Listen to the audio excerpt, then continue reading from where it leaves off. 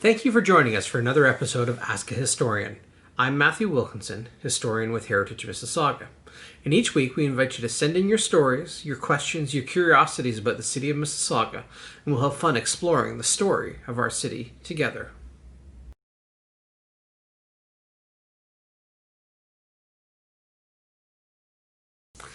Thank you, Mercy, for your question on the stone walls along Mississauga Road and the Oak Ridge area. It's a fascinating area. There's layers of history in this community. There are old buildings amongst some very new structures along this course of Mississauga Road. And it's kind of got a disjointed history in a sense. It's not one area that grew, but rather little pockets that kind of grown together over time.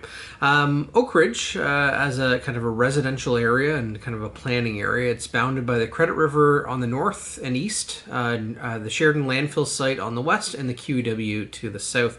And again, its spine is really along Mississauga Road. In simple terms, there's no singular establishment date for the Oak Ridge community. The area defined as Oak Ridge by the Ratepayers Association consists of several historical developments and individual large estate properties over time. Over time, these developments, if you will, these subdivisions upon subdivisions have merged together to create the landscape we see today, but it really has come in chapters, if you will. Prior to suburban development, the area consisted largely of small acreage agricultural properties, with the exception of several very large, prosperous estates that were developed in the 1920s into the 1940s. These included J.P. Bickle's Arcadia, Alexander Faskin's Ialpha, William Dean's Oak Ridge, and Roy Thompson's the Glades of Fleet, amongst others. It's William Dean's property, Oak Ridge, that gives its name to the area today. His home still survives today as part of the Felician Sisters convent on Mississauga Road. The earliest development subdivision development for suburban residential areas took place along Stonehouse Crescent and Shawanaga Trail south of Mississauga Road. And this was between 1953 and 1959 as part of what was a Patchett family farm. The earliest reference I can find on land registries to a subdivision plan in this area was an urban development bylaw passed by Toronto Township on June 17th, 1948.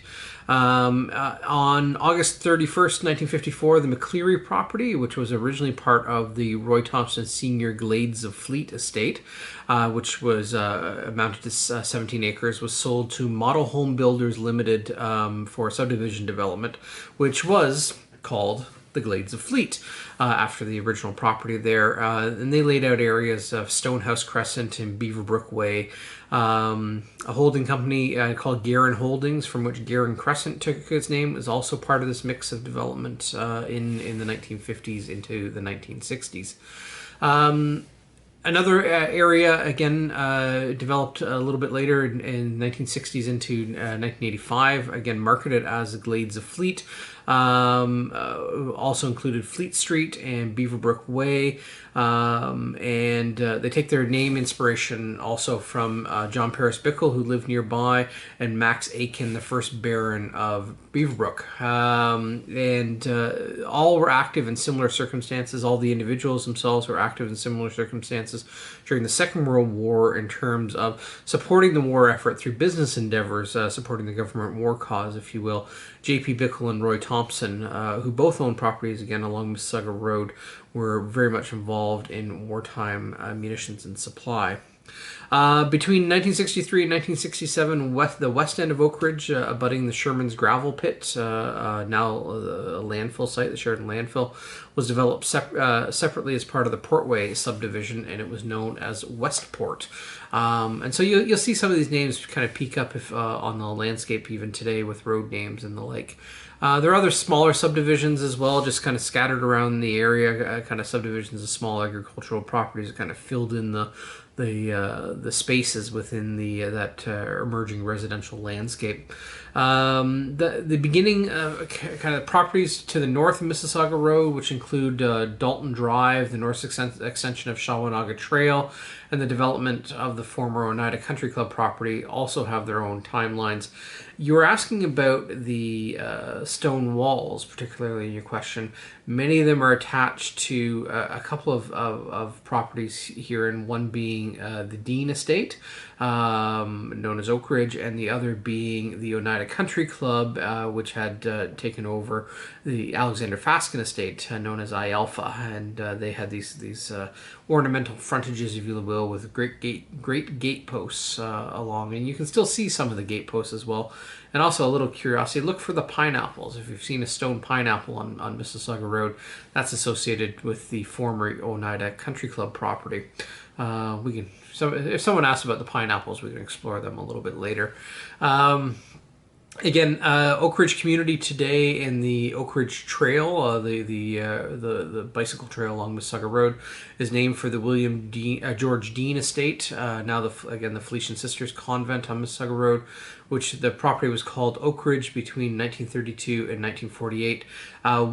William George Dean was a director of the Eaton's Company, and kind of a wealthy landowner along Mississauga Road.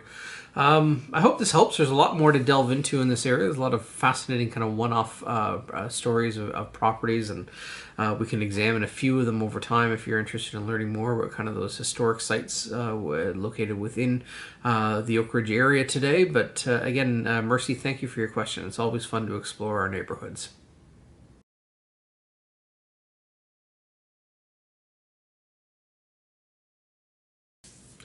Thank you, Kristen, for your question. And in short, yes, it is a true story. The ship was known as the Augusta. It was November 24th of 1900. The three-masted schooner Augusta was sailing towards Toronto, carrying 800 tons of coal from Fairhaven, New York. She was again destined for Toronto. She was sailed by Captain Ure and with a crew of 6, and the Augusta was on her last voyage of the season before the crew headed home. They were in the midst of a building storm out on Lake Ontario, what was known to sailors at the time as the Witches of November, and a deadly Witch of November storm was brewing out on Lake Ontario, and the Augusta found herself in the throes of that storm. In the evening of, again, November 24th, 1900, the wind began to strengthen and a snowstorm blinded the crew. They were unable to see kind of the shore markers and lights along the way. Although they were familiar with the course that they were sailing, the snowstorm effectively rendered them blind. And there were no, either they could not see lights or there were no operational range lights at Port Credit that they could discern, and they lost their way out on Lake Ontario. They saw some lights along the shore, and the crew thought they were further along. They actually thought they were the range lights at Toronto Harbour.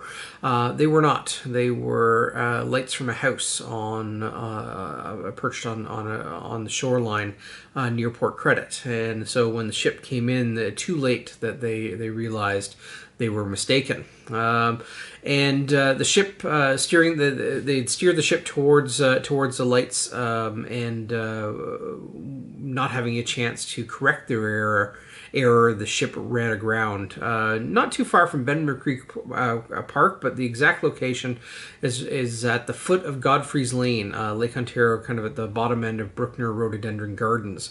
The ship was stuck fast, and the waves began to roll over the deck. The crew was unable to reach shore in the extreme gale winds and high waves, and they huddled together to keep warm, and were hoping to be rescued. Again, they weren't far from shore, but in the type of storm that they were facing, they might as well have been miles out. They were stuck on the ship, and the ship was stuck, being rocked into the shallows by the fierce storm that they found themselves in.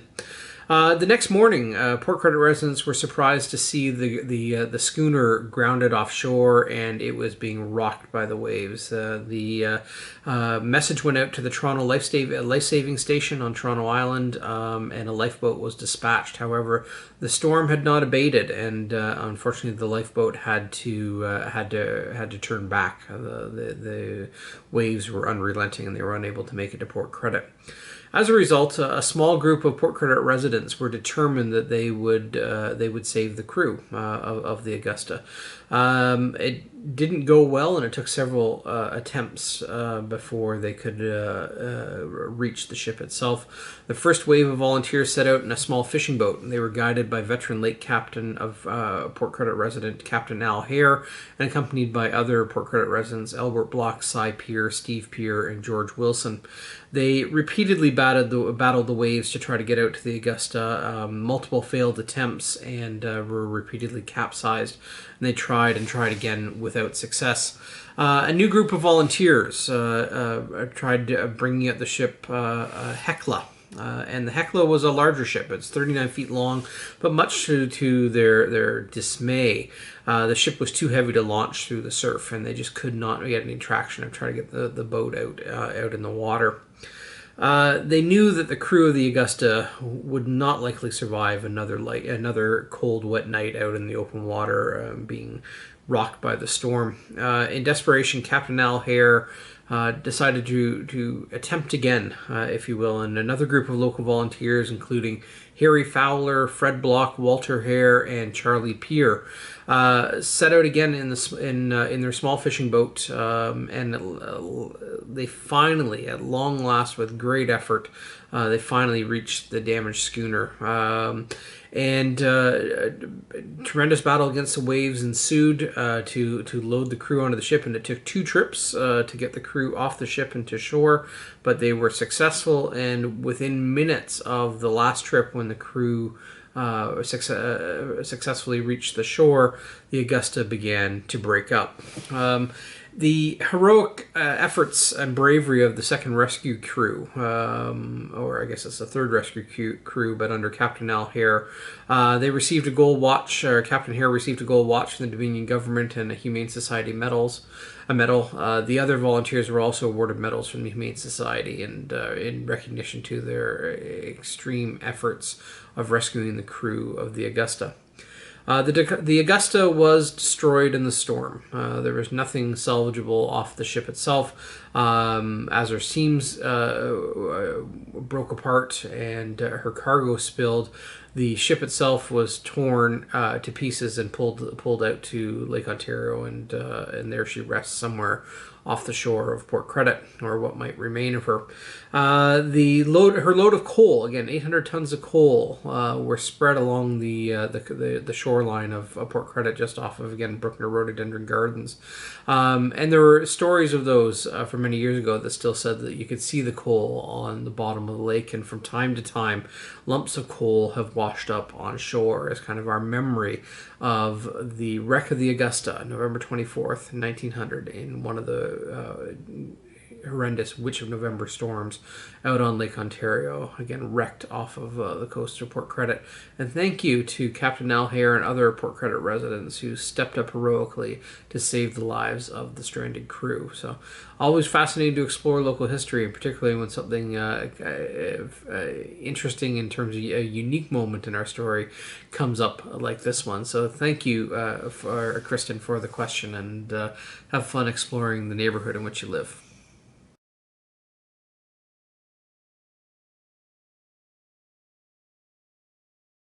Thank you, Rochelle, for your question, and it's not an easy one to answer. And forgive me, I'm going to maybe leave it with a question as well. And there are many layers in the city of Mississauga. Mississauga is not a village that became a town that became a city, but rather a city that was born through amalgamation of towns and villages that were once independent of each other. And we know all of those cores. Anywhere you go in the city today, you can find those historic nodes. And so when you're asking about kind of what the oldest neighborhoods are in Mississauga, it's a little hard to quantify in that realm, because I'm trying to determine what it is you're referring to. to, and I think these are kind of the fun ways of exploring our city and the multiple layers that make up our city. For example, are you referring to the historic villages that predate Mississauga, the founding villages, if you will?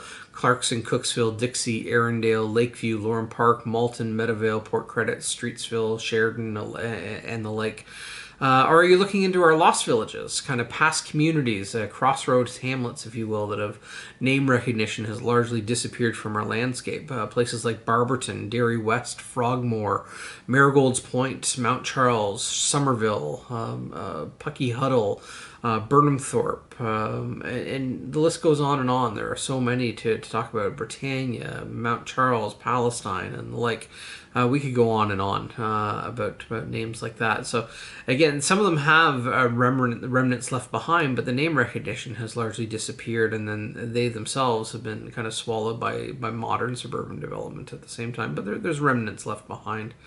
Always a challenge and a fun task to kind of find our lost villages on the modern landscape. What about some of the early subdivision developments in terms of maybe that's what you're meaning by neighborhoods, if you will? Many of our early subdivisions, residential subdivisions, date to in and around the First World War. So anywhere between, say, 1914 to about 1920, 1925. Credit Grove developed in 1912. Mineola in the 1920s. Hiawatha on the Park and others. And again, there are many ways to explore that component of our history as well. Or are you looking for kind of the larger ones that have greater name recognition in our landscape today, kind of developing post-Second World War? And again, these are major components and building blocks of our city. And what about kind of the development that just predates the city of Mississauga itself? Places like Applewood in the 1950s and Erin Mills and Meadowvale, Park Royal, Sheridan Homelands in the late 1950s and early 1960s really become the building blocks for this thing that was springboard through amalgamation to become the city of Mississauga.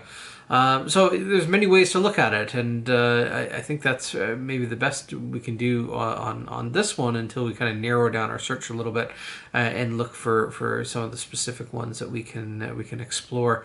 Again, not a simple or honestly not even an answer on my part, but maybe an invitation to explore for this subject further. We have information on all facets of the development of the city of Mississauga, and it is fascinating to look at how our communities have come to be and the landscape that is the city today, how it has been created through layers of time and over generations. It's fascinating to look at the modern interplay between old and new that are on our landscape today. So, Rochelle, thank you for the question. Please send in another one, and we look forward to exploring the story of the city with you. Thank you. Thank you for joining us for another episode of Ask a Historian. We would like to wish you a very happy, healthy, and safe new year, and may 2021 be better than the year we've left behind. Take care.